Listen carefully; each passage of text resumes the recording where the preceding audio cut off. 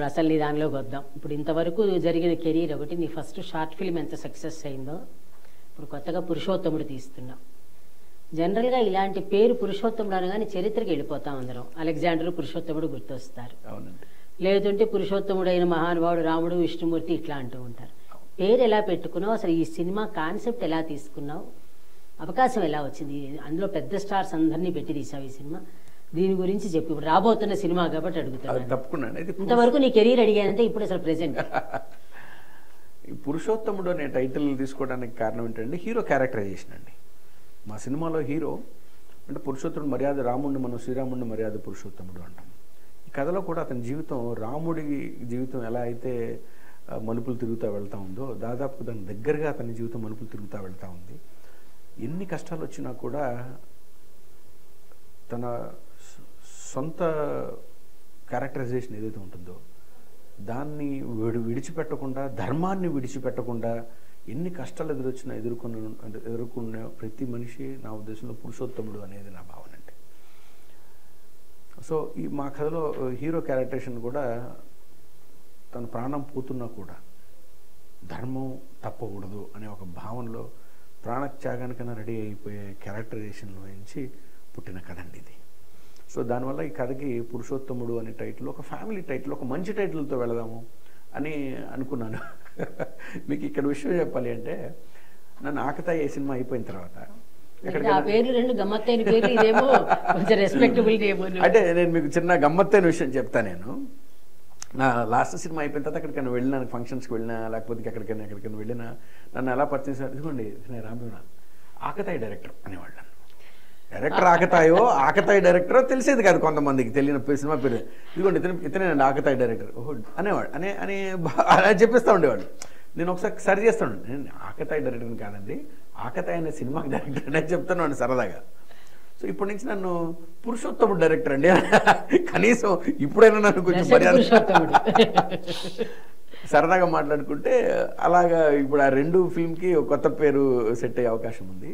So ఈ కథ దీని ప్రొడ్యూసర్స్ వచ్చేసేసి రమేష్ తేజావత్, ప్రకాష్ తేజావత్ అని చెప్పి ఇద్దరు అన్నదమ్ములు అండి. వాళ్ళు తెలుగు వాళ్ళైనా కూడా బాంబేలో సెటిల్ అయ్యారు. They are into gold business actually. వాళ్ళిద్దరు they are into gold business అండి. వాళ్ళు ఎప్పటి నుంచో ఆయనకి ప్రకాష్ గారికి కానీ రమేష్ గారికి కానీ ఎప్పటి నుంచో ఒక మంచి సినిమా తీయాలి. వాళ్ళు మార్వడీస్ అండి, చాలా చెప్పులు కూడా వేసుకోరు వాళ్ళు, 6 తర్వాత తినరు, ఫుడ్లో జైన్స్ అండి వాళ్ళు. So they have got their own set of rules and you know traditions, culture ఉంది వాళ్ళకి. సో వాళ్ళు ఎంత కరడుగట్టిన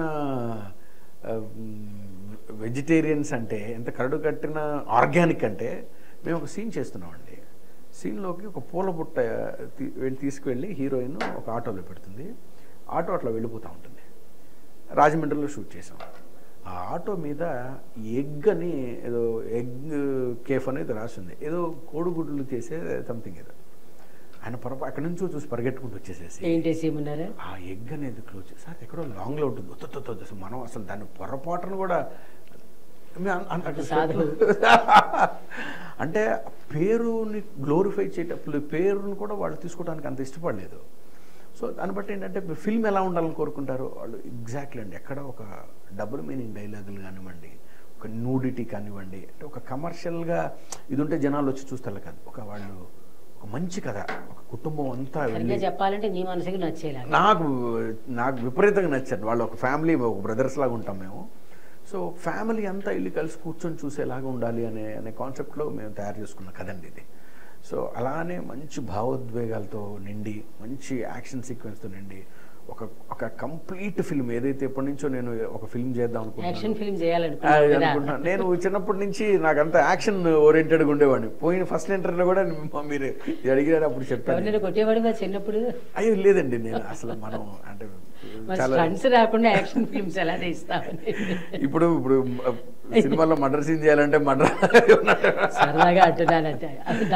ఎప్పుడైతే మనం ఏదైతే మనం చిన్న ఎగ్జాంపుల్ చెప్తాను మేడం, మనం చెయ్యనిదే చూడాలి. ఎగ్జాక్ట్, మనం ఏదైతే చిన్నప్పటి నుంచి మన వల్ల కాలేదో దాన్నే మనం చూడాలనో చూపించాలనో ఇష్టపడతా ఉంటాం. నా జీవితంలో యాక్షన్ అనేది లేదండి, హింస అనేది లేదండి.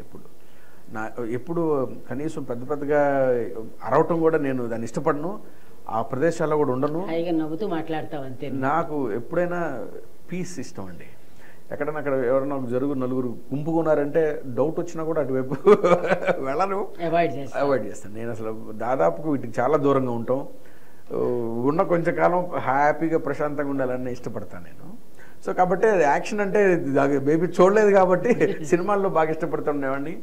ఏదైనా సీన్స్ వస్తే బాగా ఉద్వేగం అయిపోయేవాడిని, అంటే దాన్ని చూసి ఎక్కువ ఇన్ఫ్లుయెన్స్ అయిపోతూ ఉండేవాడిని. సో మేబీ ఫారెన్లో ఉండటం వల్ల కూడా నాకు technology, action films, world films బాగా ఎక్కువ చూసేవాడిని. ఇంకా నాకు వేరే వ్యాపారాలు, వ్యవహారాలు, వ్యాపకాలు ఏమీ లేవు. Cinema cinema cinema.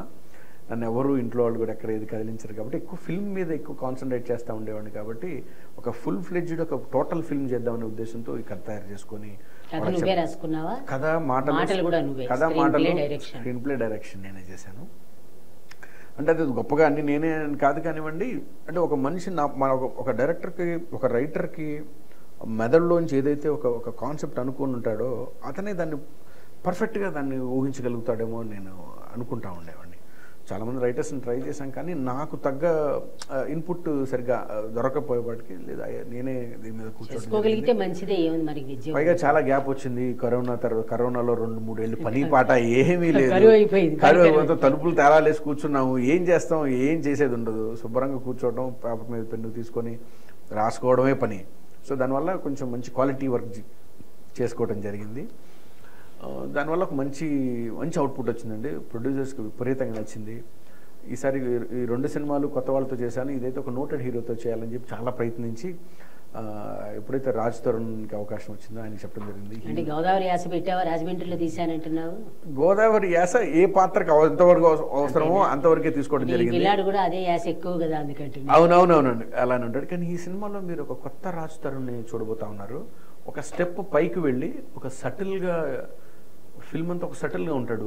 ఆ రకమైన ఆ చిలిపిదనము ఏదైతే మీకు చెప్పాను, ఒక పురుషోత్తముడు అని, ఫిల్మ్ అంతా కూడా అదే మెచ్యూరిటీలో, అదే హుందాగా ఉంటా. చాలా చాలా బాగా చేశాడండి.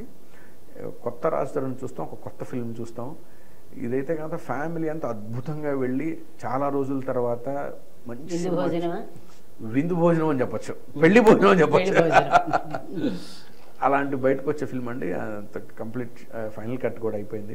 పెద్ద స్టార్స్ అందరూ ఎవరెవరు ఉన్నారు ఇంకా అదర్ స్టార్స్ ఈ సినిమాలో? మనకి ప్రకాష్ రాజ్ గారిని ఒకటి చూశాను నేను. ప్రకాష్ రాజ్ గారు ఉన్నారు, రమ్యకృష్ణ గారు ఉన్నారు, మురళీ శర్మ గారు ఉన్నారు, బ్రహ్మానందం గారు ఉన్నారు, బ్రహ్మాజీ గారు ఉన్నారు, తర్వాత కౌసల్య గారు, రాజా రవీంద్ర గారు, సత్య, ప్రవీణ్.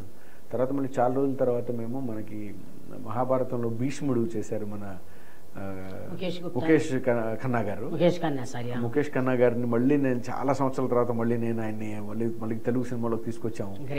ఈ వాజ్ సో హ్యాపీ. పిల్లలందరికీ శక్తిమాన్ గా బాగా తెలుసు ఆయన.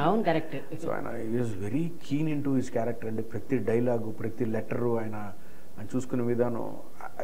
పెద్దవాళ్ళతో పనిచేస్తున్నప్పుడు మనం చాలా నేర్చుకోవచ్చండి. కరెక్ట్, వాళ్ళని బట్టి కూడా నీకు కొంత తెలుస్తుంది. చాలా నేర్చుకోవచ్చండి. కొత్త వాళ్ళతో ఉంటే ఒక ఫ్రెండ్లీతనం ఒక అడ్వాంటేజ్ అయితే, పెద్దవాళ్ళతో మనం నేర్చుకునేది ఎక్కువ ఉంటుందండి.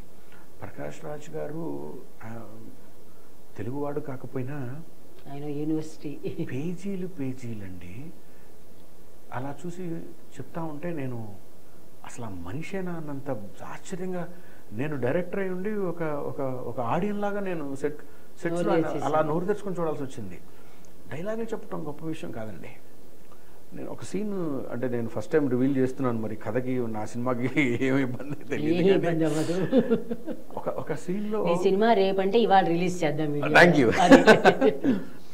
ఈ కథలో ఒక సీన్ జరుగుతూ ఉంది. ఆయన ఒక రామాయణం మీద మాట్లాడుతున్నారు. ఆయన ఇక్కడ ఏదైనా ఒక చిన్న శ్లోకాన్ని ఉటంకిస్తే బాగుంటుందేమో నాకు విపరీతంగా అనిపించేసిందండి. సో భగవద్గీతలో నుంచి ఒక శ్లోకాన్ని అప్పటికప్పుడు తీసి రాసి అరే ఇప్పుడు ఆయనకి ఇప్పుడు వెళ్ళి చెప్పడం అని సీన్ పేపర్ ఇచ్చేస్తాం. మధ్యలో ఏం పెట్టినా ఆయన హీ హ్యాస్ టు కన్విన్స్. టక్మని వెళ్ళి మనం ఏదో ఇది చెప్పే అంటే అవ్వదండి. సో మొత్తానికైతే జంకుతూనే వెళ్ళి ఆయన దగ్గరికి వెళ్ళి మంచిగా మెల్లగా వెళ్ళి, సరే ఇక్కడ ఒక చిన్న శ్లోకం ఒకటి చేస్తే చాలా బాగుంటుందండి. ఏ శ్లోకం? టక్మని తీసి చూపించాను. ఏది దీని అర్థం ఏంటి? అర్థం చెప్పండి. కనీసం ఒక 50 సార్లు చదివితే కానీ సరిగ్గా పలకలేని పద్యం అండి. దాన్ని ఆయన చూసి నాకు ఒకసారి ఇది ఎవరైనా పలికింది ఏదైనా ఉంటే నాకు వినిపిస్తారంటే టక్మన్ అక్కడి నుంచి సీన్ లైటింగ్ జరుగుతూ ఉంది. వెంటనే మనం యూట్యూబ్లో ఈ రోజున భగవద్గీత మొత్తం అన్ని శ్లోకాలు ఉంది. దాంట్లోంచి పలికిన శ్లోకం చూసాను. ఒకసారి కళ్ళు మూసుకొని ఒకసారి ఎట్లా విన్నారండి. ఓకే, శ్లోకం చెప్పలేదు.